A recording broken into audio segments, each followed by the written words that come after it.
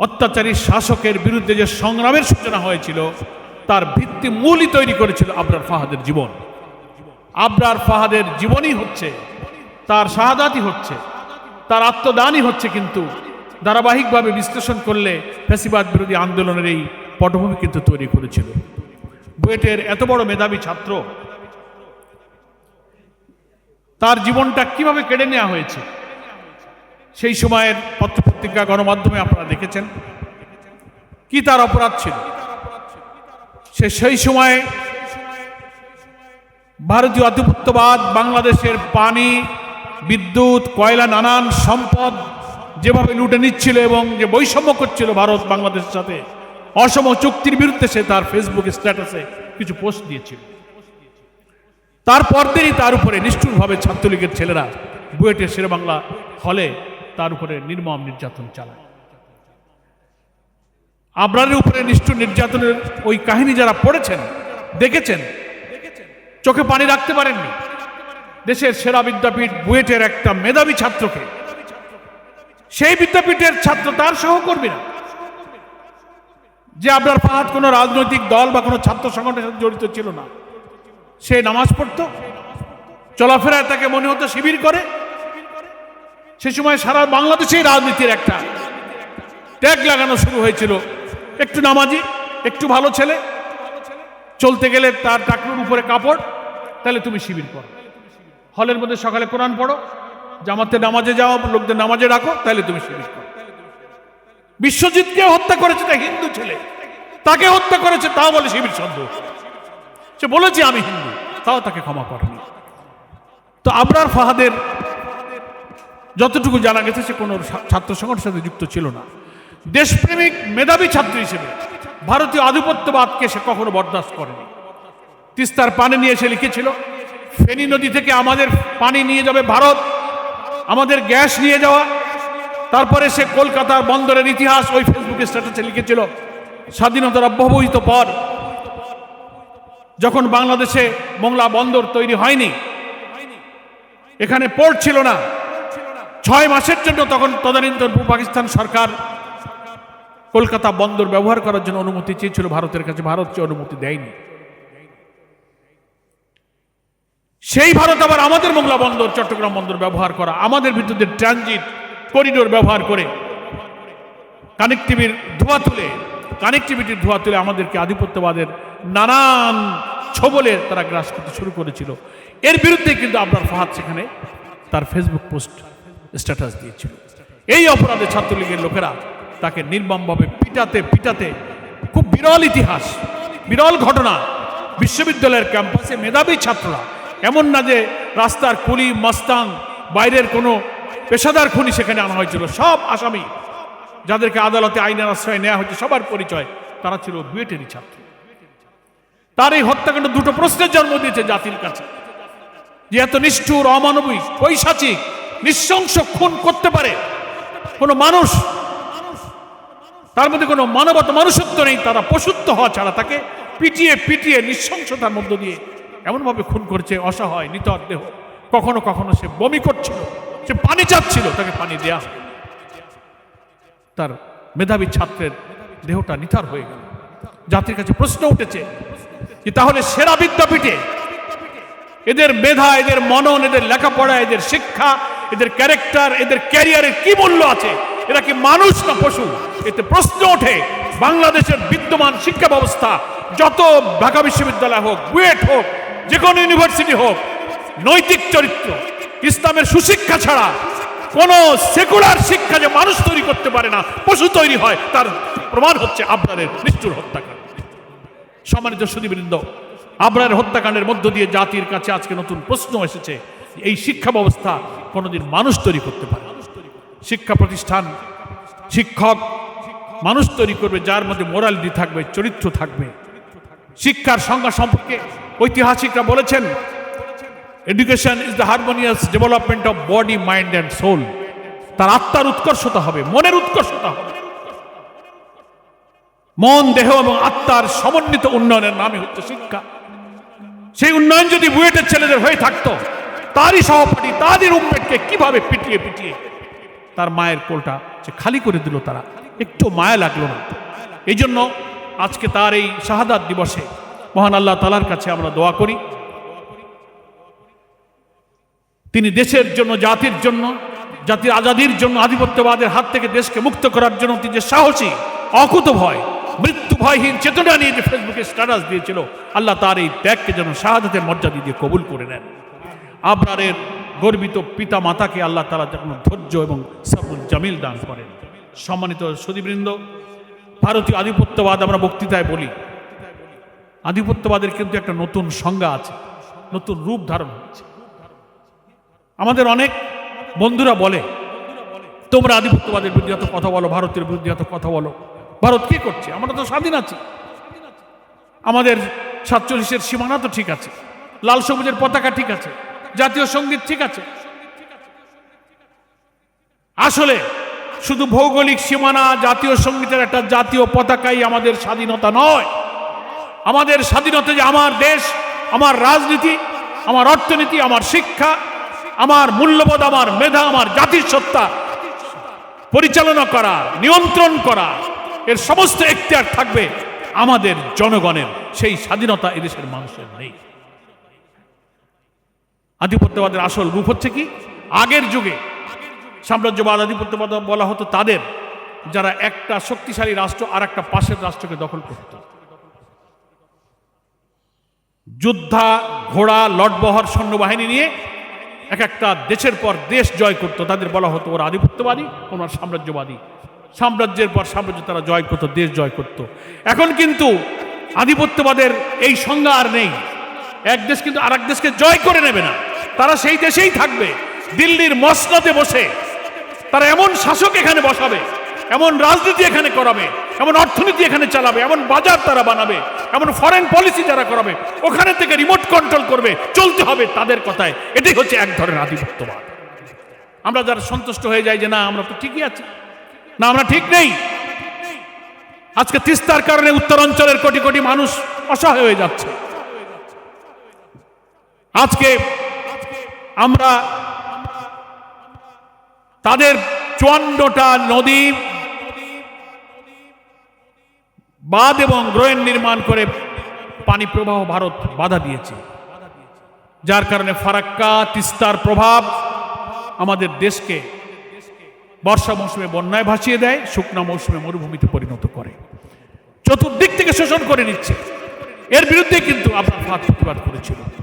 সে রাজনীতি করতো না, কিন্তু মেধার কারণে সে দেশের প্রতি তার দরদ জেগেছিল। ছাত্র জীবনে পড়তে বসে দেশের প্রতি, জাতিসত্তার প্রতি তার এত দরদ, এত আবেগ, এত প্রেমকে আমরা শ্রদ্ধা করি। আমাদের দেশের সন্তানদের আপনার থেকে শিক্ষা নিতে হবে। ফলে আধিপত্যবাদী এই শক্তি চতুর্দিক থেকে আমাদের ঘেরাও করা আছে। ভারতের জনগণ আমাদের শত্রু। এখন যারা সেই দেশটা শাসন করছেন, সেই শাসকরা কখনো আমাদের দেশের সঙ্গে সৎ প্রতিবেশী সুলভ আচরণ করেনি। তারা বর্ডার কিলিং এর কথা বলেন, আমাদের পানি সমস্যার কথা বলেন, ট্রানজিট করিডোরের নামে আমাদের দেশের উপর দিয়ে তাদের সমস্ত স্বার্থ হাসিল করে নিচ্ছে, সুযোগ সুবিধা নিচ্ছে। আমাদের কোনো সুযোগ সুবিধা তারা দিচ্ছে না। আমাদের বন্দর তারা ব্যবহার করবে। এখানে বহু বড় বড় কর্পোরেট হাউজে, বড় বড় প্রতিষ্ঠানে আমরা শুনতে পাই, পত্রিকায় তথ্য পাই, হাজার হাজার ভারতীয় অনুচর তারা এখনো কর্মরত আছে। এগুলোকে আইডেন্টিফাই করা হচ্ছে না। শিক্ষা প্রতিষ্ঠানে, সচিবালয়ে, বিশ্ববিদ্যালয়ে, মিডিয়াতে গুরুত্বপূর্ণ কি পয়েন্টগুলোতে আধিপত্যবাদের দোসররা ঘাপটি মেরে পড়ে আছে। এত বড় ফ্যাসিস্ট রেজিমের বিদায়ের পরও আজকে প্রশাসন, রাজনীতি কন্ট্রোল হচ্ছে পরাশক্তি এমনভাবে। কথায় কথায় এক শ্রেণীর সুশীল সমাজ বলে যে ইনক্লুসিভ আওয়ামী লীগ, রিফাইন্ড আওয়ামী লীগ, অংশগ্রহণমূলক নির্বাচনের নামে আবার আওয়ামী লীগকে তারা নির্বাচনে এবার আনতে চায়। আমরা পরিষ্কার বলতে চাই, আধিপত্যবাদী ভারত, শেখ হাসিনা এখান থেকে জনরোষে জীবন নিয়ে পালিয়ে গিয়ে যে দিল্লিতে আশ্রয় নিল, এত বড় বিপ্লব, এত বড় গণবিস্ফোরণ জানার পরও এই আধিপত্যবাদী শক্তি যে ফ্যাসিস্টের প্রেতাত্মাকে আশ্রয় দিল, তারাও তো এই আধিপত্যবাদী শক্তি হিসেবে আবার প্রমাণ দিল যে তারা এই দেশের মানুষের গণ আকাঙ্ক্ষার সাথে তারা বিরোধিতা করেছে, যুদ্ধ ঘোষণা করেছে। এই জন্য আমরা আজকের এই আবরারের স্মরণ সভা থেকে বলতে চাই যে প্রতিবেশী ভারতের সঙ্গে সব দেশ দুনিয়ার প্রতিবেশীর সাথে সুসম্পর্ক রাখতে চায়, কিন্তু তার জন্য শর্ত হলো সে সম্পর্ক হওয়া দরকার সমতার ভিত্তিতে, ন্যায্যতার ভিত্তিতে। আপনি শুধু আপনারটাই নিয়ে যাবেন, এদেশের সমস্ত নিয়ন্ত্রণ, ব্যবসা বাণিজ্য, শিক্ষা, সংস্কৃতির উপরে আপনি প্রভাব তৈরি করবেন, সমস্ত অর্থনৈতিক স্বার্থ, বাণিজ্যিক বিরাট ভারসাম্য রক্ষা না করে আপনি বাণিজ্যিক বৈষম্যের মধ্য দিয়ে আপনি স্বার্থ নিয়ে যাবেন, পানি দেবেন না, আপনি আমাদের কাছ থেকে সব নিয়ে যাবেন। আওয়ামী লীগের শাসনের আমলেই তো শেখ হাসিনাই বলতো যে আমরা যা ভারতকে দিয়েছি অনেক কিছু দিয়ে দিয়েছি, অনেক মন্তব্য তারা করেছে। ওই যে বললেন আমাদের একজন আলোচক জালাল ভাই, ভারতের ভালো আমাদের ভালো, ভারত ভালো থাকলে আমরা ভালো থাকবো। তো তারা আমাদের দেশটাকে স্বাধীন মনে করে না। তাদেরই বুদ্ধিজীবীরা বলতো যে 47-এর সীমানাটা রবার দিয়ে মুছে ফেললে ভালো হতো। ফলে এরা আমাদেরকে একটা অঙ্গরাজ্যের মতো মনে করে।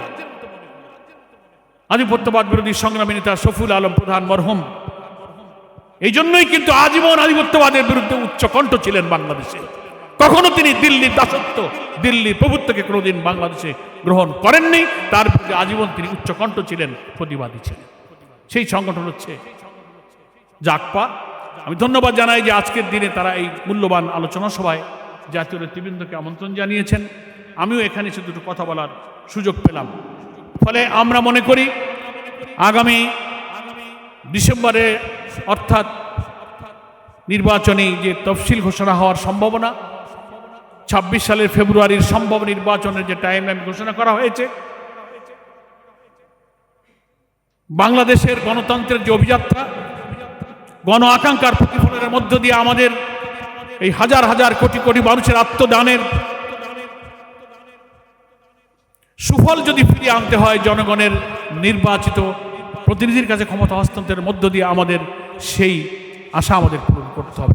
প্রোভাইডেড আমরা বলেছি বিদ্যমান রাষ্ট্র কাঠামোকে বদলে দিয়ে নতুন সংস্কারের মধ্য দিয়ে একটি নতুন রাষ্ট্র কাঠামো গঠন করা, যার ভিত্তিতে নতুন একটি রাষ্ট্র, নতুন একটি বাংলাদেশ তৈরি হবে। যে রাষ্ট্রযন্ত্র, যে রাষ্ট্র কাঠামোয় যারাই নির্বাচিত হয়ে যাবেন তারা আর নতুন করে ফ্যাসিস্ট হবে না, নতুন কোনো হাসিনার পয়দা হবে না, এমন একটি রাষ্ট্র কাঠামো রাজনৈতিক এবং সাংবিধানিক সংস্কারের মধ্য দিয়ে তৈরি করতে হবে। আমাদের এই অন্তর্বর্তীকালীন সরকারের প্রধান নির্বাচিত হওয়ার পরে জাতির কাছে কিন্তু সেই প্রতিশ্রুতি দিয়েছিলেন যে আমরা রাষ্ট্র ব্যবস্থার এমন সংস্কার করব যে সংস্কার করার মধ্য দিয়ে জনগণের আশা আকাঙ্ক্ষার প্রতিফলন হবে। ফলে এই সরকার যেমন জন আকাঙ্ক্ষার প্রতিফলন, আগামী নির্বাচনে তার প্রতিফলন ঘটতে গেলে জুলাই সনদের মধ্য দিয়ে বাংলাদেশের রাজনৈতিক দলগুলো ঐক্যমত্য কমিশনে 3 মাস ধরে চেষ্টা করে যেসব সাংবিধানিক রাজনৈতিক বিষয়ে একমত হয়েছেন, আর মেজর কিছু পলিটিক্যাল ইস্যুতে এখনো ডিফারেন্স অফ ওপিনিয়ন আছে, সেখানে একটা ঐক্যমত্য তৈরি করে আমাদের সংবিধানকে, রাষ্ট্রকে, রাজনীতিকে, ইলেকট্রাল প্রসেসকে, সিভিল অ্যাডমিনিস্ট্রেশনকে, অ্যান্টি করাপশন কমিশনকে সব কিছুকে এমনভাবে সাজানো দরকার যেখানে একটি সুশাসন, একটি দুর্নীতিমুক্ত প্রশাসন, একটি ইনসাফপূর্ণ বৈষম্যহীন একটা ন্যায্য মানুষের জন্য মানবিক বাংলাদেশ তৈরি হতে পারে। কিন্তু আমরা দেখতে পাচ্ছি জনগণের সেই আকাঙ্ক্ষা পূরণের পথে কোনো রাজনৈতিক দল নিজেদেরকে খুব এত বড় মনে করেন, নির্বাচনের আগেই মনে হয় যেন তারা ক্ষমতায় চলে গেলেন, ক্ষমতার কাছাকাছি মনে করে তারা যা বলবেন তাই যেন হতে হবে। বাংলাদেশে প্রায় 31টি দল এই সংস্কারের কার্যক্রমে ঐক্যমত্য কমিশনে সহযোগিতা করছেন। 25-26টি দলের যে সংস্কার প্রস্তাবে ঐক্যমত্য হয়েছে, বাকি গুরুত্বপূর্ণ কিছু মেজর জায়গায় কিছু কিছু দলের আপত্তির কারণে এই প্রচেষ্টা এখনো সফলতার মুখ দেখতে পাচ্ছে না। প্রপোর্শনাল রিপ্রেজেন্টেশন পিআর পদ্ধতি কমনলি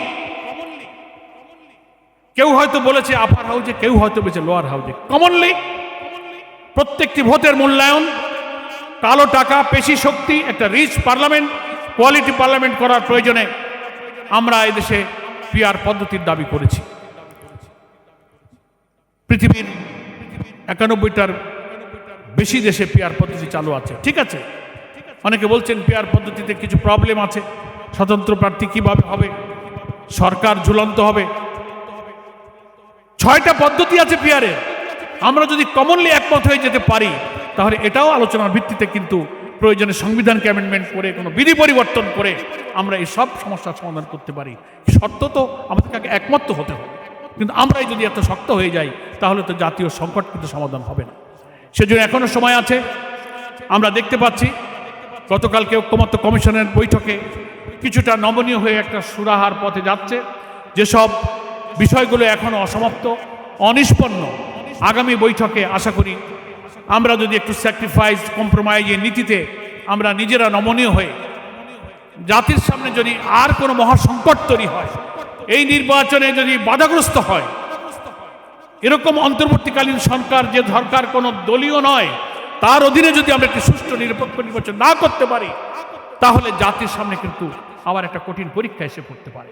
সেজন্য সকল রাজনৈতিক দল, জনগণ, সরকার প্রধান, ঐক্যমত্য কমিশনের প্রধান, তার সঙ্গে যারা আমরা কাজ করছি, সকলের ঐক্যবদ্ধ প্রচেষ্টায় অন্তত অধিকাংশ রাজনৈতিক দল, জনগণের যে ম্যান্ডেট যেটা বোঝা যায়, যে সার্ভেগুলো হয়েছে সেখানেও দেখা যাচ্ছে যে কি মতামত আসছে, এর প্রতি শ্রদ্ধা রেখে এমন সংস্কার, এমন কিছু নিয়ম পদ্ধতি আমরা এই জুলাই সনদে অন্তর্ভুক্ত করি যেন জন আকাঙ্ক্ষার প্রতিফলন ঘটে।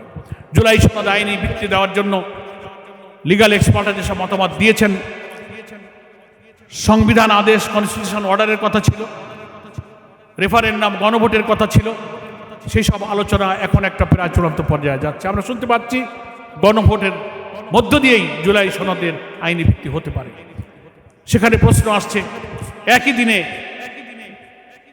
জাতীয় নির্বাচন এবং গণভোট হলে কি পদ্ধতিগত জটিলতা আসতে পারে, সেটাও পুঙ্খানুপুঙ্খ আলোচনা করে এই নির্বাচন হয়ে গেলে তাহলে নতুন পার্লামেন্টের প্রথম অধিবেশনে জুলাই সনদের সব বিষয়গুলো বাস্তবায়িত হবে কিনা, নাকি যারাই নির্বাচিত হবেন তারা এসে আবার নতুন কোনো প্রতিবন্ধকতার কারণ ঘটাবেন কিনা, এই সব ফাঁক ফোকরকে বন্ধ করে সিদ্ধান্তের পূর্বে যারা ঐক্যমত্য কমিশনে কাজ করছেন আমাদের সকলকেই এক্ষেত্রে ভূমিকা রাখতে হবে।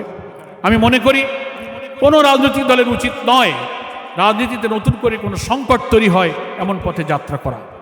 সেজন্য আমরা শুধু বক্তৃতায় বলবো যে ব্যক্তির চেয়ে দল বড়, দলের চেয়ে দেশ বড়, কিন্তু কাজের সময় আমরা দেখি যে দেশের চেয়ে দল বড়, দলের চেয়ে ব্যক্তি বড়। এই ব্যক্তির স্বার্থের চেয়ে, দলের স্বার্থের চেয়ে দেশের স্বার্থ যদি বড় করে আমরা দেখতে পারি তাহলেই হয়তো আমরা জাতির এই সংকটে একটা ঐক্যমত্য জায়গায় ইনশাল্লাহ আমরা পৌঁছাতে পারবো। আমি আমার বক্তব্য আর বাড়াতে চাই না, জোহরের আজান হয়ে সময় বেশ লম্বা হয়েছে। আমাদের শহীদ আবরার আমাদেরকে ফ্যাসিবাদ বিরোধী, আধিপত্যবাদ বিরোধী আন্দোলনের পথ দেখিয়েছিল। সেজন্য জাগপা যে আন্দোলন এবং আলোচনার এই আয়োজন করেছে